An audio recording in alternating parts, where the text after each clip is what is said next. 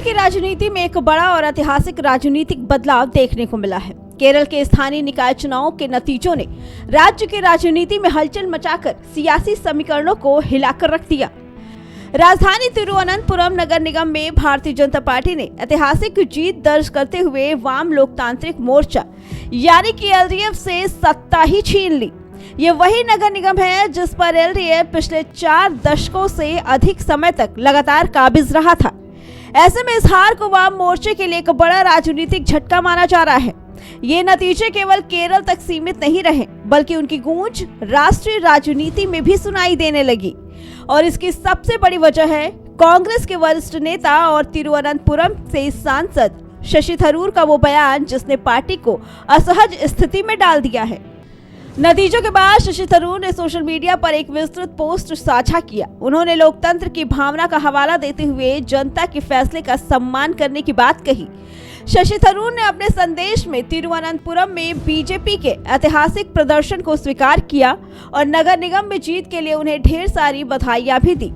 उन्होंने ये भी कहा कि मतदाताओं ने शासन में स्पष्ट बदलाव की मांग करने वाली पार्टी को चुना है और ये वही लोकतंत्र की खूबसूरती है। यहीं से विवाद की शुरुआत होती है। कांग्रेस लंबे समय से बीजेपी की नीतियों और विचारधारा के खिलाफ राजनीतिक लड़ाई लड़ने का दावा करती है। ऐसे में पार्टी के ही एक वरिष्ठ नेता द्वारा विपक्ष की खुली सराहना करना कांग्रेस नेतृत्व और कार्यकर्ताओं को रास नहीं आ रहा। हालांकि शशि थरूर ने सीधे तौर पर कांग्रेस की आलोचना नहीं की, लेकिन उनके शब्दों को बीजेपी की पीठ थपथपाने के तौर पर देखा जा रहा है। कांग्रेस के भीतर शशि थरूर को लेकर असंतोष पहले से ही मौजूद रहा। केरल कांग्रेस के कई नेता समय समय पर ये आरोप लगाते रहे हैं कि शशि थरूर का रुख बीजेपी के प्रति अपेक्षाकृत नरम रहता है। उन्हें संगठन के भीतर साइडलाइन करने की कोशिशें भी की गई, लेकिन अब तक कोई बड़ा कदम नहीं उठाया गया। इस बार मामला इसलिए भी संवेदनशील है क्योंकि ये चुनाव 2026 के विधानसभा चुनाव से पहले हुए हैं और इन्हें सेमीफाइनल के तौर पर देखा जा रहा है। फिलहाल कांग्रेस पार्टी की ओर से इस पूरे घटनाक्रम पर कोई आधिकारिक प्रतिक्रिया नहीं आई है।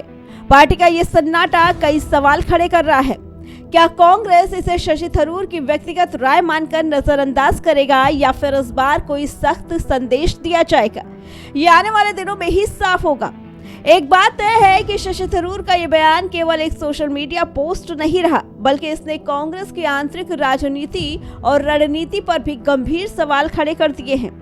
अब सबकी नजरें इस पर टिकी हैं कि कांग्रेस इस असहज स्थिति में कैसे बाहर निकलती है और आगामी विधानसभा चुनाव से पहले खुद को किस तरह संगठित करती है।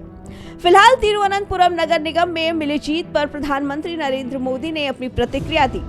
सोशल मीडिया प्लेटफॉर्म पर एक्स पर उन्होंने लिखा, थैंक यू तिरुवनंतपुरम।